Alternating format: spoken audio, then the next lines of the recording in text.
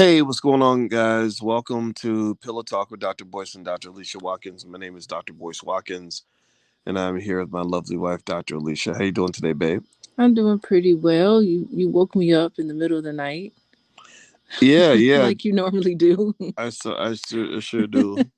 Well, I like I'm to. trying to get some sleep, but I guess not because it's a snow day tomorrow, so I don't have to worry about it. Yeah, there's a lot of snow here. Does anybody else have any snow in their city? It's crazy here, in the Yeah. Chicagoland area. Just I think we're gonna get a foot tomorrow. They say a foot of snow, but who knows? But anyway, I don't have to wake up too early, so Yeah. Let I'm us not too know. upset. By the way, we're gonna be ghetto and do a mic check. Give us a yes in the chat if you can hear us. If you can hear us loud and clear, give us a yes and we'll look for some yeses.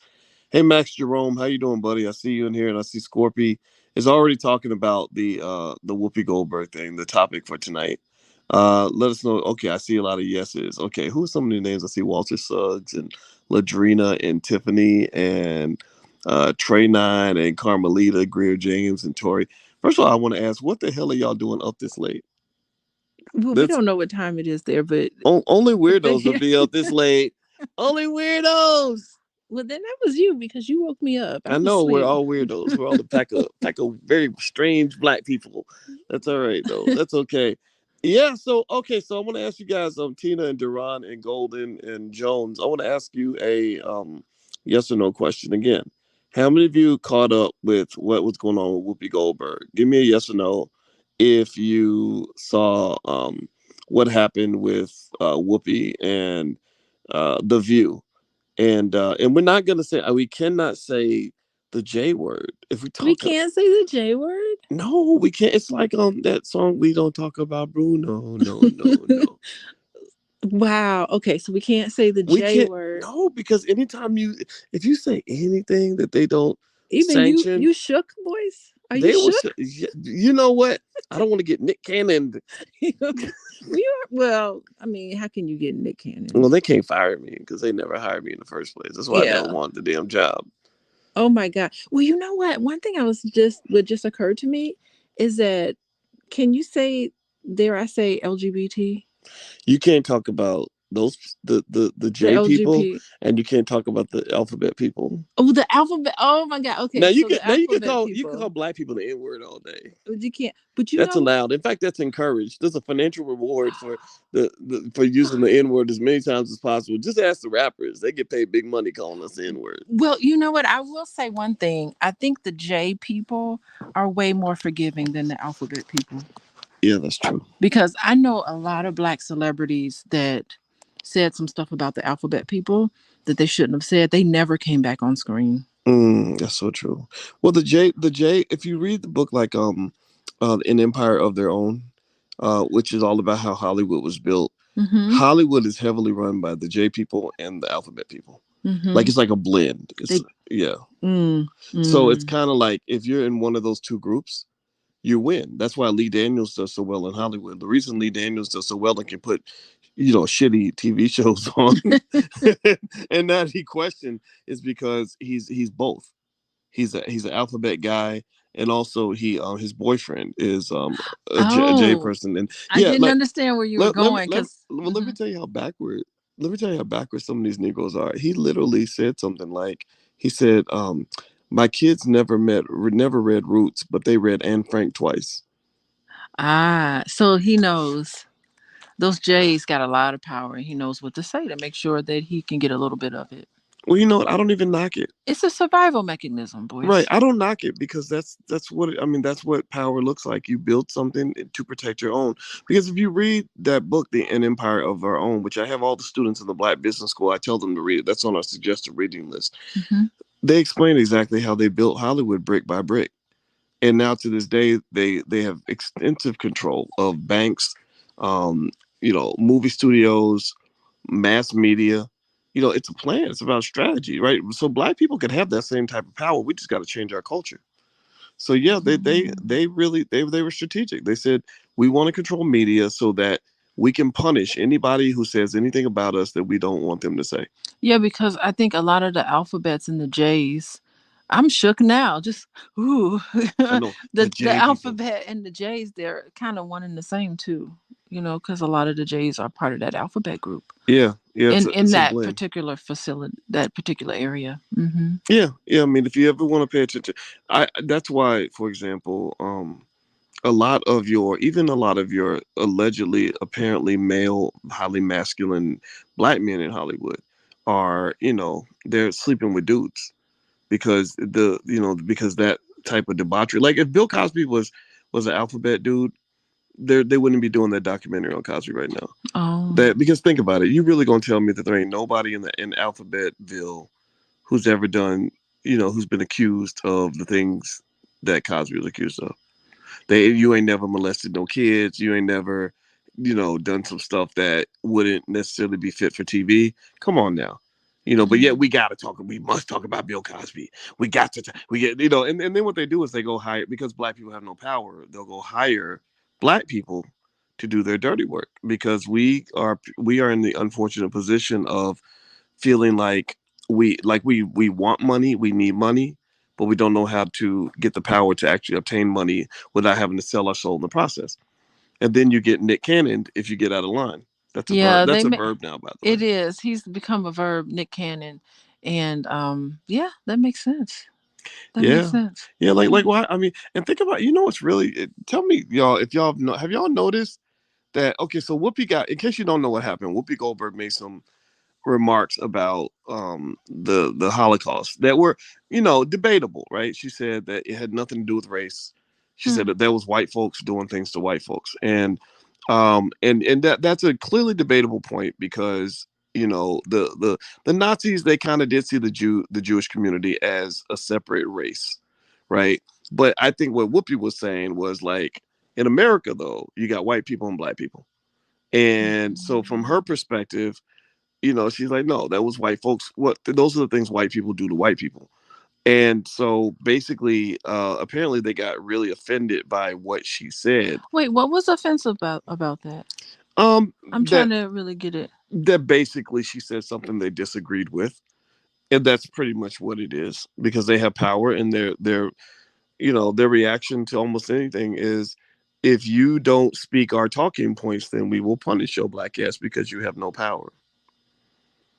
Yeah, but I'm still trying to find out how that was offensive. I mean, they were. It I mean, doesn't. it was white people against white people. Right. It doesn't have to be. Anything that's like anti-Israel, like if you say something like I think Mark Lamar Hill, he got Nick Cannon. Oh, Um yeah, because he said he spoke in favor of the Palestinians. I don't know if you know, like in Israel, they're just doing terrible things to the Palestinian people. yes, they are. Yeah, and Mark mentioned something about it, and yeah, they went to Nick Cannon him. Yeah, and who's the other senator? It was a senator out of Georgia. You interviewed her, and I got to meet her. I was like Oh, so Cynthia excited. Yeah, McKinney. Cynthia McKinney was another one that got Nick Shout out to Cannon. Cynthia Yeah. McKinney. Yeah, she ain't scared. She's not scared of the J stuff. And Hmm. that's the thing, right? It's like, um, it is what it is, but it's kind of interesting because you can just sort of see that hand of power all throughout America. Like I don't know if everybody knows this, but we all know, for example, there's never been a black woman on the Supreme Court. That's been made into a big deal lately because Joe Biden said he was going to put a black woman on the court, which I'm not going to disagree with that. Barack Obama, by the way, actually promised Dorothy Height that he was going to do it. He told her that was one of her dying wishes. She said, "Can you put a black woman on the Supreme Court?" He said, "I will," and he never did. He put Elena Kagan on the Supreme Court. Elena Kagan is Jewish, and Hmm. and so a lot of people don't know this, but um, basically, I think something like I want to say a quarter of all the Supreme Court justices have actually been from the Jewish community. Well, that makes sense because there are a lot of lawyers in that community, Yeah, but we have a and they're lot of very well, powerful I too. mean, but there's a lot of Hmm. black lawyers too. Oh, for Who sure. are powerful, Oh who my are goodness, talented, who are yes. smart, teaching at top universities, you know. Hmm. Hmm. So I don't think it's a lack of supply of educated black people. I think it's just a power thing, right? Hmm. And so ultimately, I think that's what Whoopi got hit by. So what did you think about what they did to Whoopi when they suspend? Did you expect them to suspend her from the View? Yeah, I'm real surprised. That was a really heavy blow for that little bit of a comment that you just mentioned. Yeah, that was a pretty. They came down her hard. They made an example out of her. Well, you know what really surprised me? Yeah. I thought Whoopi was Jewish. I thought she was Jewish too. I mean, that last name, well, you look at her, you're like, maybe she was married into, was she married to anybody? I don't know how she I got think that she. last I name. thought did she marry Ted Danson? Remember No, she did not marry Ted Danson. she was dating him for a They had while. a little bit of something going on. Yeah. Yeah. Yeah. It didn't end well. And he made a very derogatory remark about her, by the way, which Yeah, I do which remember we that. really should have Nick Cannon Ted Danson for what he said about her. Yeah, that's true. Well, We didn't do that. What's well, going on with that? well, well. When you when you have an employee culture, you don't actually own anything. So when you don't own anything, you don't have any power. Oh, So well, black people are typically employees for white people, and that's really like I think for Black History Month, that's probably something we got to really talk about. Like okay, it's the first day of Black History Month, and there we go. We got to learn our place. well, you had the Whoopi Goldberg gets Nick Cannon Okay. on the View, where they send them back to some, I guess, them some imaginary re-education camp where you can learn the appropriate propaganda necessary to keep your job. And then also you had the whole Bill Cosby documentary come out, where they went and they hired a bunch of black people and they said we have to talk about Bill Cosby. We must talk about Bill Cosby. I don't understand. Have you ever done a documentary called "We Must Talk About Reparations"? Or I mean, we must talk about Bill Clinton. This is the Because he, cleverness I love about you boys. yeah, I saw your video. You showed me your video earlier today, and I was like super impressed with you. I admire you. oh, thank you. Well, Yeah. I interviewed Immortal Technique today, one of my favorite rappers. I understand. Yes. Yeah, he's a Yeah. great dude. Smart guy. Smart black man. Yeah. I have to check that out later. You should. You should. But Hmm. anyway, okay, so yeah, so I found it, I mean, it's really fascinating how during Black History Month, so many like so many signs of white supremacy have popped up everywhere. Like, I mean, if the Jewish community ever wanted to just act extra white, Hmm. this is exact this they just did it. Like doing this really shows that there's a difference. Like you might think that, oh well we were persecuted for our race just like black people. You ain't like black people because you Oh publicly bitch slap goodness. black people when they don't speak your talking points. Like God forbid a black person with a good job says something like Israel needs to change its policy toward the Palestinians. They do.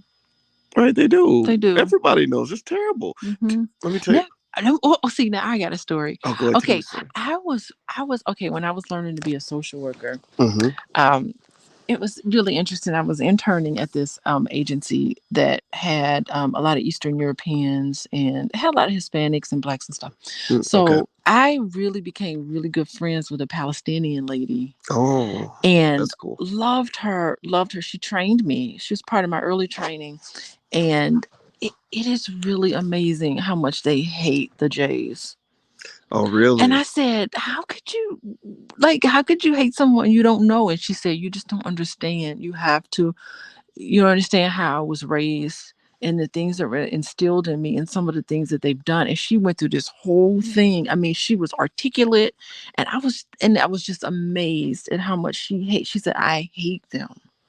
That's Mm, what she said to me. And I said, how could she's a social worker? I said, you're a social worker. You're a beautiful lady. How could you have all that hate in you? Yeah, I just could not even imagine until she really explained it to me very well.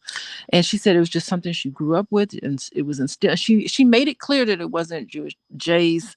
She made it clear it wasn't Jays here in America. It was just back at her home country.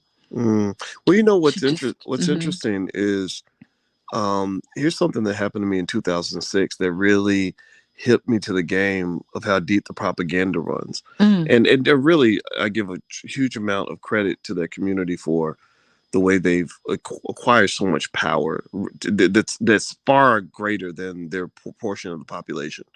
Um, when I was in Germany in 2006, I spent a 6 week stint with the Center for European Economic Research in Mannheim, Germany. Did I ever tell you about that trip? A little bit, yeah, yeah, I Yeah, do so I remember. was in Germany for 6 weeks. So let me tell you what happened. So every day I'm watching CNN, right? And every day they're talking about this war where two Israeli soldiers got killed by Palestinians. Mm-hmm.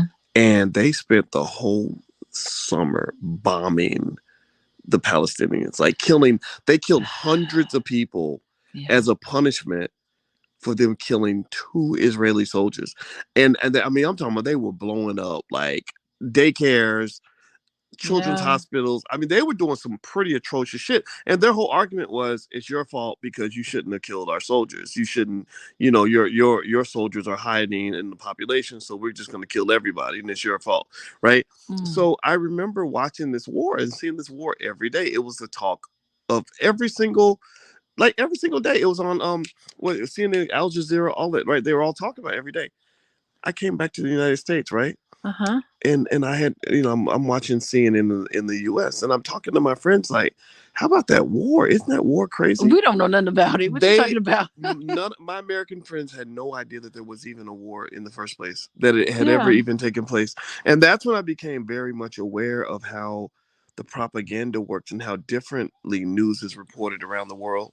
Like Wow. one time they showed a bunch of covers of Time magazine, and like every single cover for a bunch of major countries around the world had something like Vladimir Putin on the cover. It was like Mm-hmm. something very serious. And then the US cover was like Kim Kardashian. Or it was something stupid like that. I don't know if it was Time magazine or People or what, but it was like something like that where it's like Americans are stupid.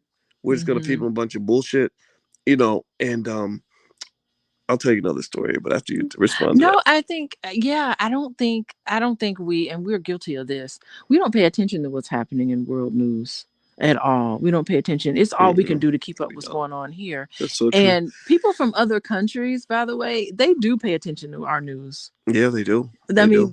we're kind of like the shiny new thing, hot thing going on because we're Well, just this new exciting country, well, Americans are so to speak. we're a little bit ignorant and aloof though, because like I go to London and They do pay attention well, to when I us. go to London, I feel really bad because the black people in London pay very close attention to what we do and they support us a lot.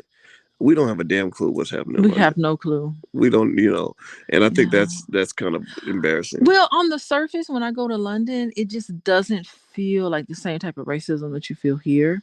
So Mm, even like, okay, so this happened. This happened to me. So back when Quincy, my little 18-year-old, back when he was a little baby, he was like maybe one. I actually flew to London, just me and him. Flew to mm, London. We're meeting his dad there. And so I flew by myself. And when I was here in America, I noticed that people did not treat me well at all because I'm struggling with this baby. And I'm mm, trying to like check the bags in. Can you imagine? A mm. 1 year old, he was barely walking. I'm trying to check the bags. I'm trying to get into the airport. It was just like totally exhausting. That sounds And like terrible. no one cared. Everyone's just like, here's this black lady and her son. you know, Like, you shut that it was baby up. crazy. It was just really something. But I noticed instantly when I got to London how many people came to and helped me. How many people came up to me and helped me? Do you need help with this? I was like, well, yes, I do. Like just instantly, like that type of racism I didn't find. But it was like I felt the hatred and contempt in the United States. It was, Really? and I Wow. never would have noticed it if it hadn't happened within a span of of a day.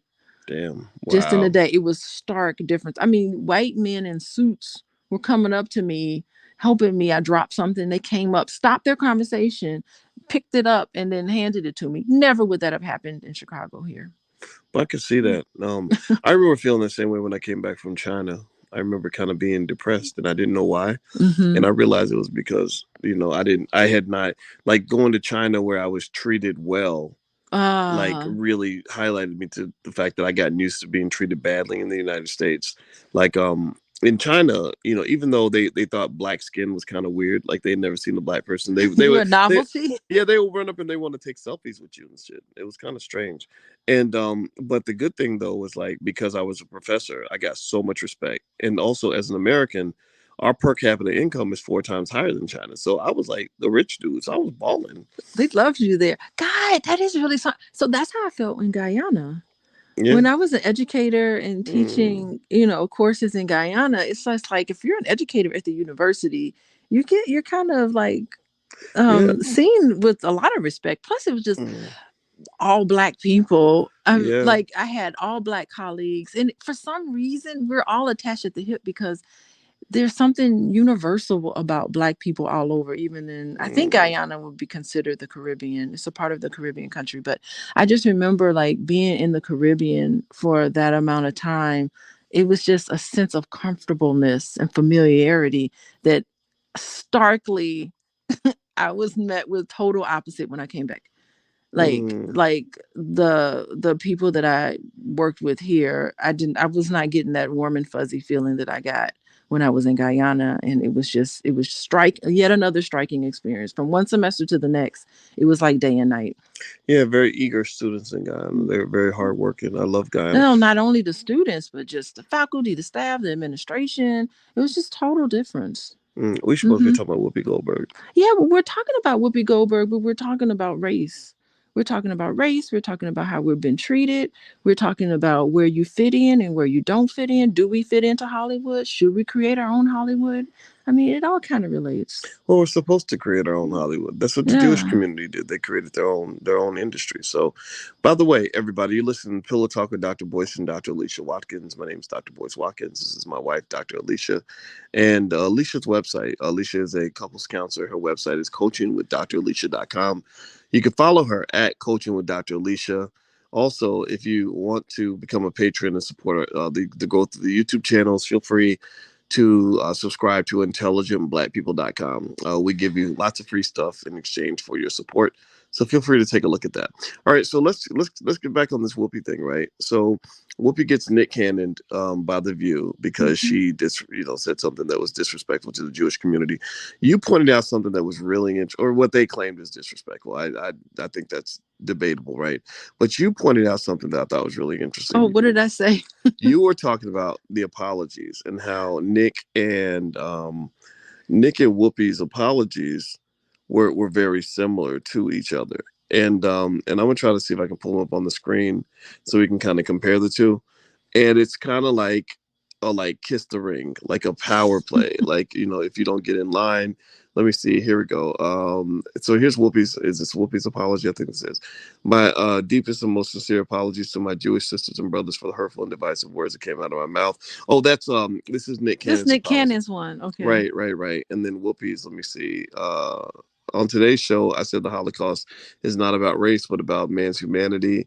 I should have said it. I should have said it is about both. As Jonathan Greenblatt from the Anti Defamation League shared, the Holocaust is about the Nazi systematic annihilation of the Jewish people, who they deemed to be of an inferior race. The Jewish people around the world have always had my support, and that will never waver.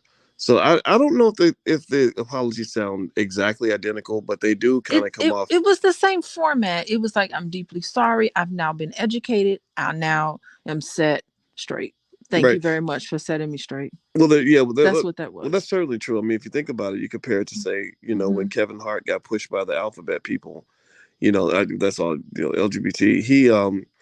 He kind of pushed back a little bit, and he was like, "I already apologized once. I'm not doing it again."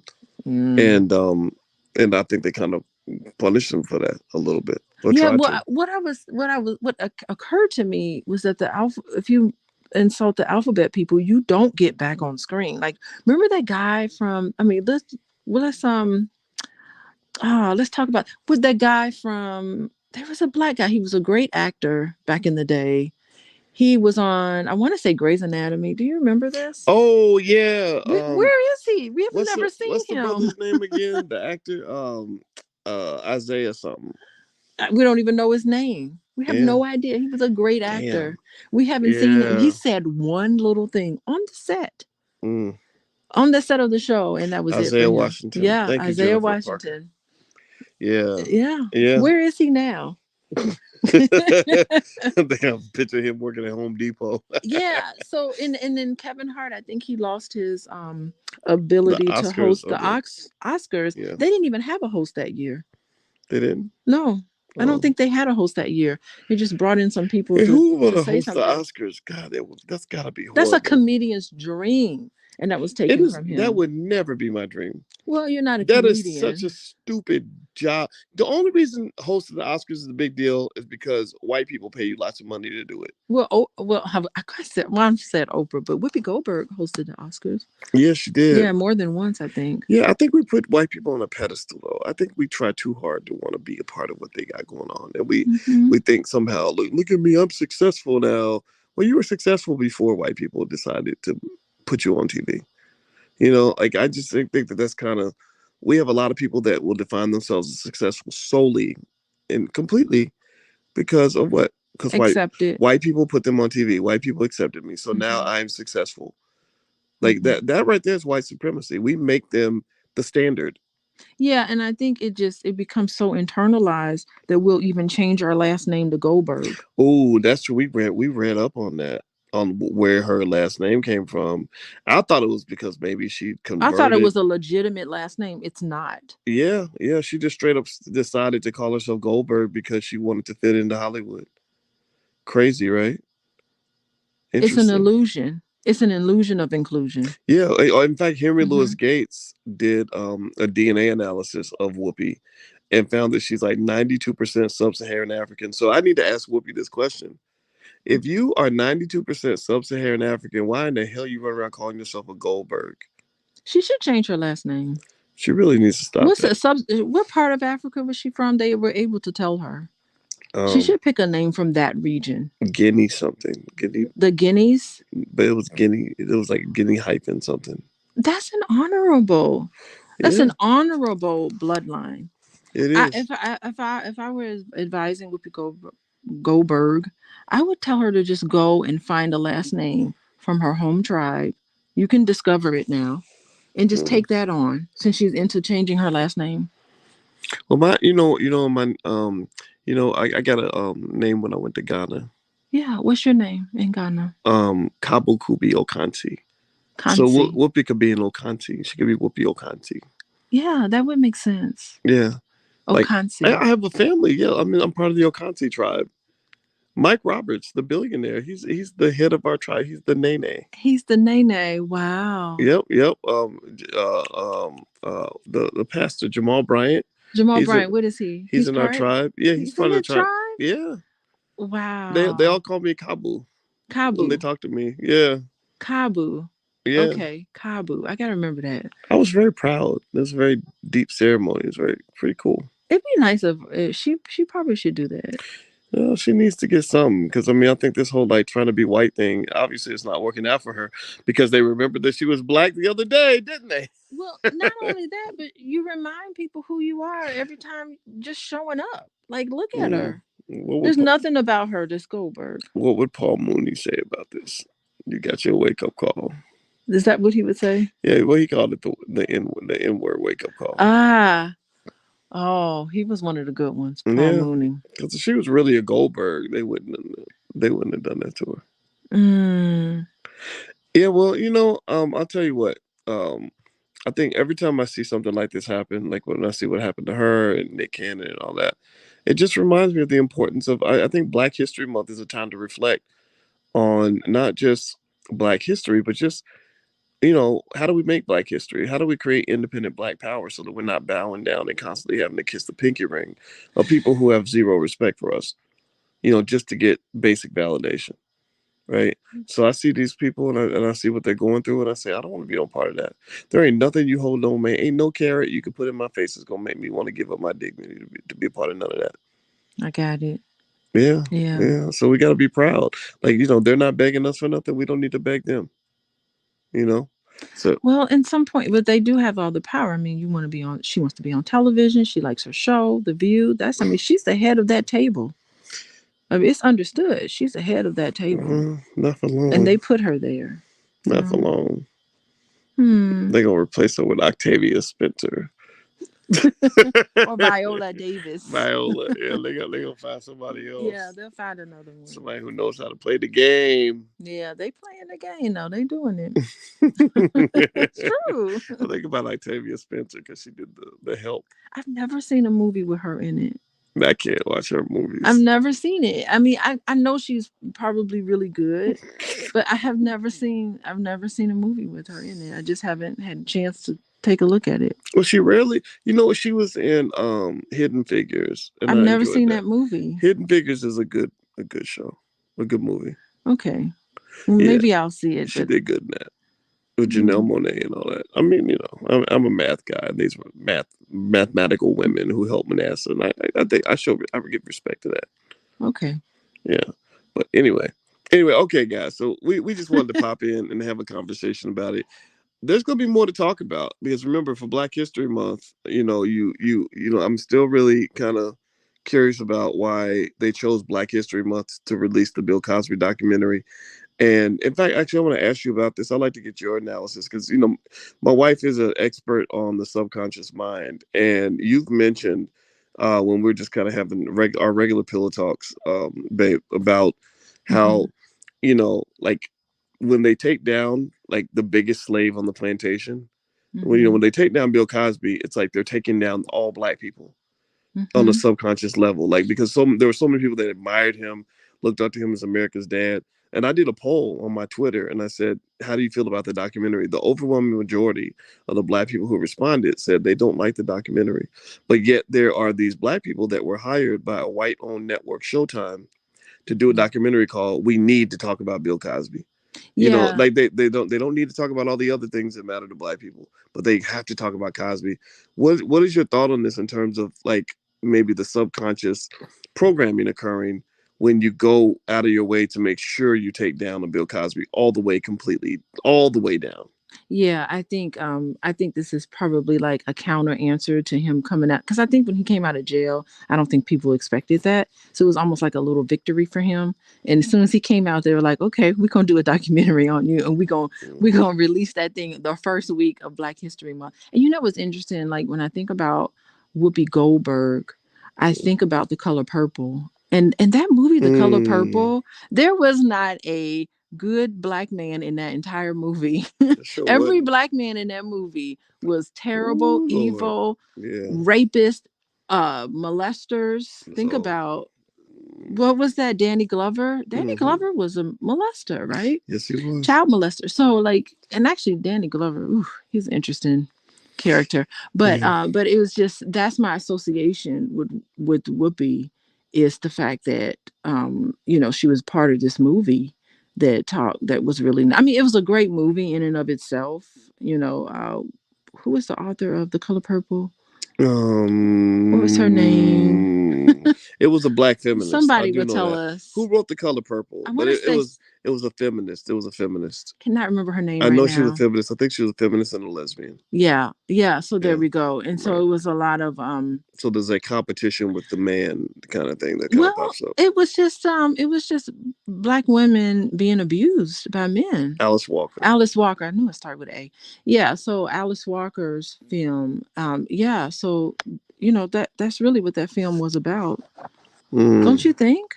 Oh yeah. Mister and the abuse, and then Oh yeah. You can't. his father was terrible, Yeah, and you can't watch The Color Purple and walk away with a positive view of a Black man. And what's interesting is, yeah, Whoopi Goldberg is the star, and Steven Spielberg Steven it was the Spielberg. director, right? So these Bergs. So pay Yeah. attention now. This is what's fascinating. Hmm. There are lots of Black stories that get written by Jewish writers. Now, I need to ask y'all this question: how many Jewish stories are written by Black writers? Can you name one single film ever made about Jewish history or Jewish culture where a big percentage of the writing cast was Black? And do you believe that the Jewish community would allow you, your Black ass, to write their story? And write the story in a way where the Jewish men look like And write it in a trash. way where where you're disrespectful to their culture. See, y'all Trash. got to understand And that. I know Wow, Alice Walker wrote the film, but I mean the wrote the story. book, but there's a ton Mm, of books to do a right, movie on. Why right, that book? right. And the script. Remember, and also writing the script is different from writing the Right in the book. book. And Hmm. directing the movie is another segment of. So how it all sort of comes together on screen You Mhm. know, that is the director's vision, the screenwriter's vision, right? And Mhm. it's interesting to me how often you see it. Like, I bet you if I look at the writing room of Blackish, I bet you I'm gonna see a lot of people in there who are not black. Mhm. And I'm just trying to understand this. Why do we think that that's okay? And pay attention now. They'll do that. They think it's okay to do that to you, but they would never let you do that to them. Mhm. That's because you are inferior. You are oppressed. They do not see you as their equal. So that supports Whoopi's point to a point where it's like she's saying, look, y'all still white folks. You know, Mhm. like you think you're one of us. You think, oh, we're all in this together. No, we ain't all in this together because you're oppressing us too. Yeah, and I mean, The Color Purple wasn't just a movie; it was a blockbuster. That movie was seen by everybody. It won an Academy Hmm. Award. I'm almost certain. I don't Yeah, even know. I don't I'm even need sure to it look. did. I'm sure it's won maybe a dozen Academy Awards that year. Absolutely. It swept. It was just best actor, best Mm. actress. That movie was a hit. Damn, that's real. Was a hit. That's heavy. I think that's a great note for us to finish the conversation on. So, by the way, Pillow Talk with Dr. Boyce and Dr. Alicia is where my wife and I literally lay against our pillows and have scholarly conversations about interesting issues that happen in the world, but fun too. We have fun Mhm. too. We're a little bit ghetto. I hope you can forgive us for that. And anyway, Alicia's website, she sees couples, and she's a licensed therapist and a full professor of social work. Her website is coachingwithdralicia.com. You can go check her out and also follow her on Instagram at Coaching with Dr. Alicia. Me, I am a PhD in finance. That is my field. If you want to support the platform or subscribe to our League of Intelligent Black People, feel free to go to intelligentblackpeople.com, and it will support the channel. And also, what I'll do is use my financial superpower to every week pick out some stocks that I'm buying for my family that you may want to buy for yours. So that'll be the trade off. You support the platform, I'll give you some financial information. So, all right, guys. So we're gonna head on out and go to sleep like normal people. Like normal people in the snowstorm. Yes, in the snowstorm. And tomorrow, me and Tater are gonna go sledding. I can't wait. I'm trying to talk her into going sledding. Tell her she needs to come with us. I You need don't to know come if with I'll us. come with. I'll make some hot chocolate. Yeah, so me and Tay Tay are that's Tay Tay in the middle. We're gonna go sledding tomorrow, and I'll probably pop some sled pictures up on Instagram because we always have fun. There's always like at least one crash and some a screaming, crying little girl or something at the end. But it's always fun though. We have a great time. So and by the way, tomorrow night, Wednesday night, as you know, it's Black History Month, so we're reading Black Labor, White Wealth by Dr. Claude Anderson every Wednesday night at 8:30 p.m. Eastern. It's totally free. You can go to boycewatkins.com and sign up for free and join us. I think it's important that we become our own public school system. We teach ourselves critical race theory. Black History Month is the time for us to really, really take over everything. We need to take over the education. We need to take over the economics. We need to take over the culture. We need to take over our families. We need to do all the things that our ancestors are begging us to do. So our little contribution is on Wednesday nights at 8:30. We're analyzing this book. We're almost done with it, and we've done about 30 lectures on this book so far. And we're going to keep going till we get through every single book written by Dr. Claude Anderson. It's something we're doing for the community because Black people are too beautiful to be ignorant. So everybody have a good night. God bless you. And Okay. Goodbye, everyone. all right, hit the thumbs up button on your way out if you could. I really appreciate it. I'll see you guys soon. Love you. Talk to you later. Peace.